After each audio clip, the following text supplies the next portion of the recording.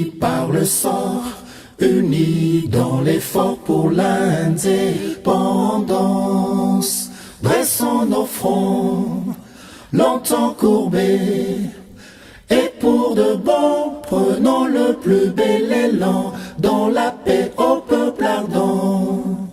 Par le labeur, nous bâtirons un pays plus beau qu'avant, dans la paix, citoyen. Entonnez l'hymne sacré de votre solidarité. Fièrement, saluez l'emblème d'or de votre souveraineté. Don béni Congo, des aïeux Congo, au pays Congo, bien-aimé Congo, nous peuplerons ton sol et nous assurerons ta grandeur. 30 juin au doux soleil, 30 juin du 30 juin, jour sacré soit le témoin, jour sacré de l'immortel, serment de liberté que nous léguons à notre postérité pour toujours.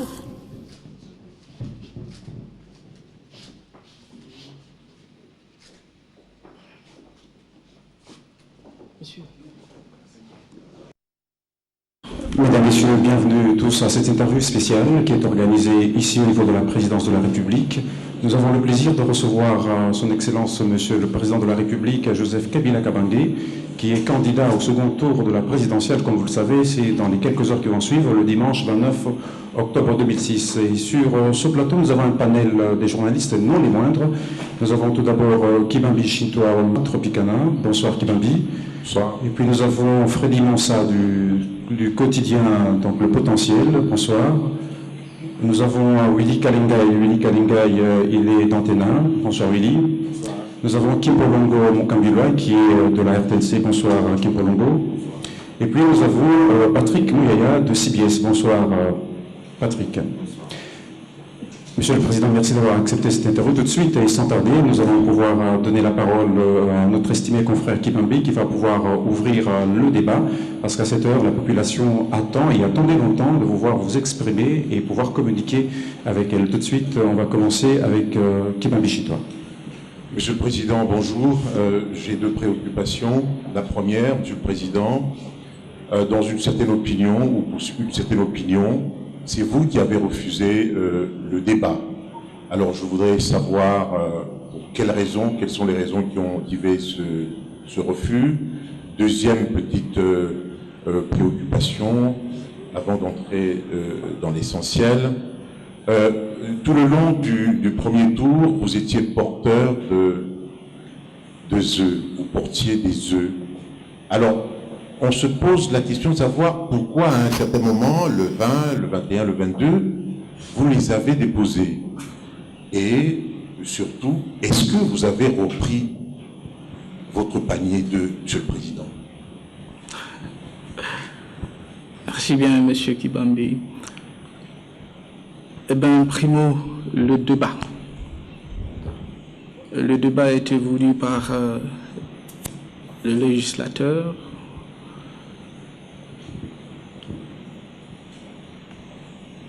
L'organe d'exécution, c'est la âme. Il s'est fait que depuis une semaine, ou soit pendant une semaine, il y a eu des travaux organisés par l'âme entre les deux équipes, le vice-président Bemba, moi-même. L'objectif, c'était de trouver le consensus. Consensus, parce que c'est ça le mot qui est à la mode.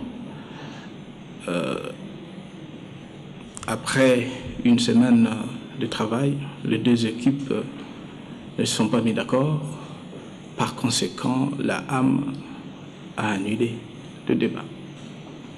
Voilà la situation, voilà ce qui s'est passé.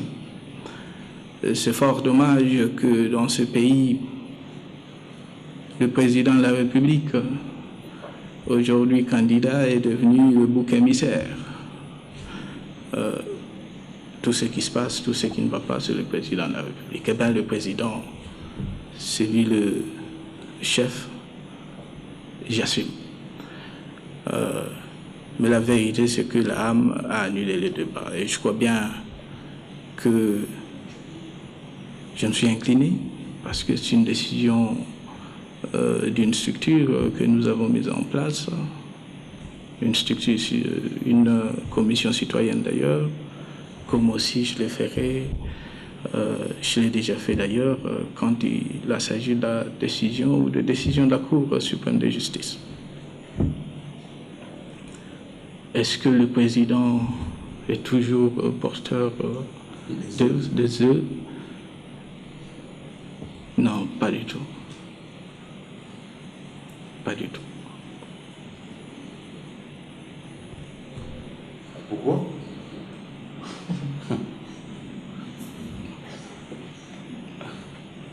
Le président n'est plus le porteur d'eux parce que la situation, elle est critique. La situation, elle est grave. Critique parce que nous traversons une situation, disons, la transition arrive à la fin, d'ici peu, d'ici le 29, avec l'organisation des élections. La situation, elle est grave parce qu'il y a eu des incidents. Et au premier tour des élections, bien avant d'ailleurs, le premier tour des élections, et même pendant la campagne du deuxième tour des élections, je crois bien que le président de la République, ne porte plus les œufs.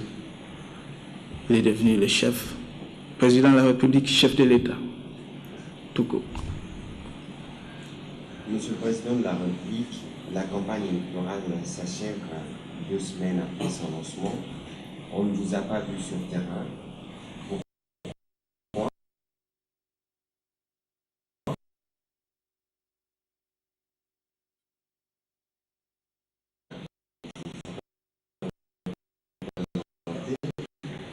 Puisque votre sécurité n'était pas totalement assurée, ou puisque vous étiez à court de moyens. À court de moyens, c'est clair que je ne suis pas issu d'une famille avec beaucoup de moyens. Principalement, j'ai adopté toute une autre stratégie pour la campagne, ce deuxième tour des élections. Vous êtes sans ignorer qu'aujourd'hui, l'AMP a plus de 300 députés. Ces 300 députés, je les ai envoyés pour faire la campagne du président de la République, ou soit les candidats président de la République. Mais secondo, effectivement, il y a un problème de moyens. Pour faire déplacer un président de la République ou soit un candidat aux élections présidentielles, c'est des dizaines de milliers de dollars. Mais en plus, je suis le candidat du peuple. Pour moi, la campagne électorale, je pense bien que doit se faire par la population, par le peuple congolais. Voilà les 2-3 raisons pourquoi est-ce que je n'ai pas fait le déplacement. Mais à partir d'ici, j'ai aussi fait la campagne. De ma façon. Monsieur le Président, vous venez de dire tout à l'heure que vous n'êtes plus le porteur des œufs, vous êtes le chef de l'État. Vous avez dit que la situation est grave. Dans 48 heures exactement, ce sera le deuxième tour. En votre qualité de président de la République, qu'est-ce que vous allez faire pour calmer les esprits? Parce qu'il y a des signes d'énervement. Oui, il y a des signes d'énervement. Qu'est-ce qu'on va faire? Primo, qu'est-ce qu'on a fait jusque-là pour calmer les esprits? Vous le savez que nous avons mis en place une commission de sécurisation du processus électoral, qui est opérationnel d'ailleurs. Ça, c'est pour la sécurité du processus en cours des élections. Mais secondo, toutes les mesures ont été prises au niveau des services de sécurité, au niveau de la police surtout, pour faire en sorte que les électeurs puissent aller effectivement dans le bureau de vote le 29, comme prévu. Mais après le 29, je vais rencontrer le vice-président Bemba pour appeler la population et surtout les partisans, appeler les partisans du président de la République, le candidat Jean-Pierre Bemba, appeler la population au calme, parce que pour moi, les élections, ce n'est qu'une étape. Ce n'est pas une fin en soi. La prochaine étape, la plus difficile d'ailleurs, c'est de la reconstruction du pays. Bref, après le 29, certainement, si pas le lundi, le mardi, je vais rencontrer le vice-président Bemba pour appeler la population et surtout les partisans au calme. Voilà ce qui est prévu. Monsieur le Président, vous êtes candidat à votre propre succession. Ça fait quand même 5 ans que vous dirigez ce pays, donc vous le connaissez un peu plus que tout le monde avec votre expérience de chef d'État. Mais qu'est-ce que vous proposez aujourd'hui aux Congolais pour qu'ils votent pour vous? Quelle est la chose la nouveauté? On a vu ce que vous avez fait, mais qu'est-ce que vous proposez pour qu'ils disent, écoutez, 5 ans c'est un peu, c'est pas beaucoup, il faut le donner encore 5 ans. Quelle est votre proposition concrètement? Pourquoi on votera pour vous le 29? Vous avez vu ce que je fais, qu'est-ce que je fais? Vous avez travaillé, vous êtes chef d'État, vous assumez le positif et le négatif. Mais ça, nous le vivons tous les jours. Alors, je vais vous rappeler très brièvement ce que nous avons fait depuis 2001. Ouais. En 2001, en effet, le discours d'investiture, pour moi, c'était ça le programme. C'était un engagement vis-à-vis de mon peuple. L'engagement de réunifier le pays, un engagement pour pacifier le pays, engagement pour amorcer le dialogue national, dialogue intercongolais, et comme point de chute, l'organisation des élections. C'était sur le plan politique. Sur le plan économique, bien entendu, c'était de stabiliser l'économie, stabiliser la monnaie, bref, stabiliser le cadre macroéconomique. C'est chose faite. Sur le plan de la diplomatie, c'était l'ouverture. L'ouverture parce que depuis 1990-11, ce pays était pratiquement sous embargo. C'est chose faite. Aujourd'hui, le Congo est un pays fréquentable.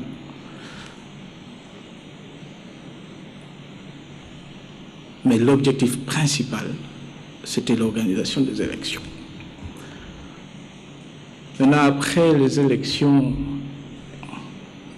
qu'est-ce que je propose au peuple congolais, à la population? Dans mon projet, dans le programme, il y a ce que j'ai appelé les 5 chantiers.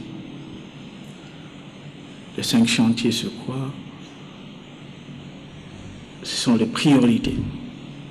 Priorité des priorités, si je peux dire. L'emploi, ou soit de la création d'emplois, les infrastructures, la santé, l'éducation, l'eau et l'électricité. Je prends un exemple seulement. Les infrastructures.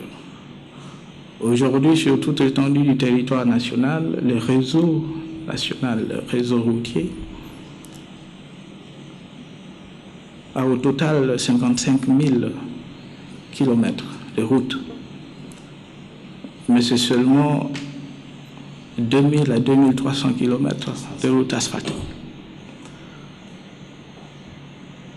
L'objectif d'ici 2012, c'est d'aller jusqu'à 10 000 kilomètres de routes asphaltées. Voilà un exemple concret. Alors, de même en ce qui concerne l'énergie, l'eau, les hôpitaux,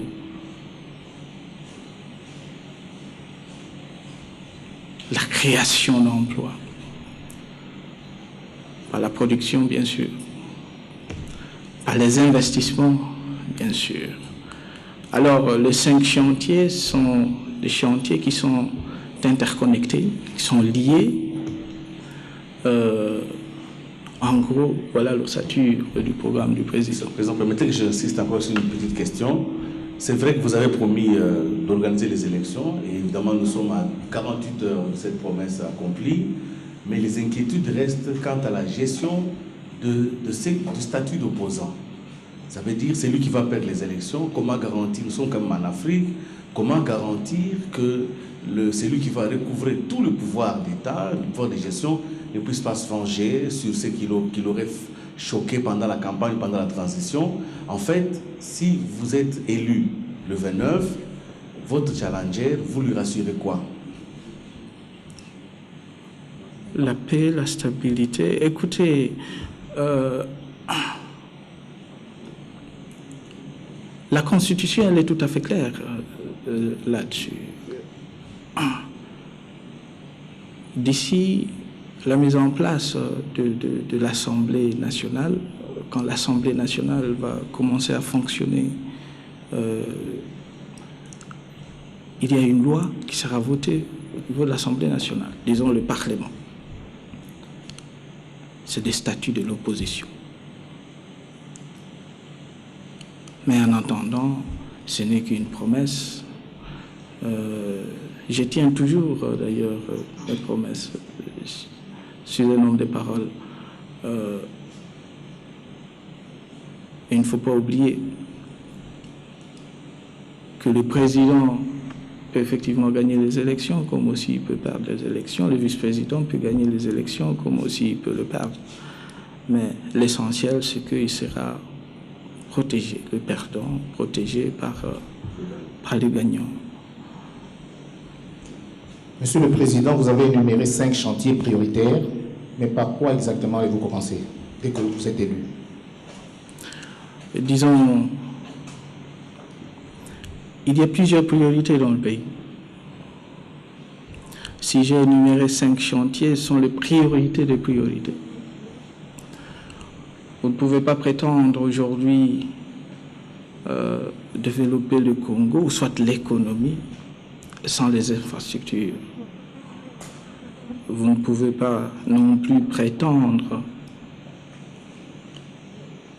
développer le Congo, le pays, en très bonne santé, bien éduqué. Alors, les 5 chantiers vont démarrer en même temps, au même moment. Ce sont des priorités des priorités. Voilà.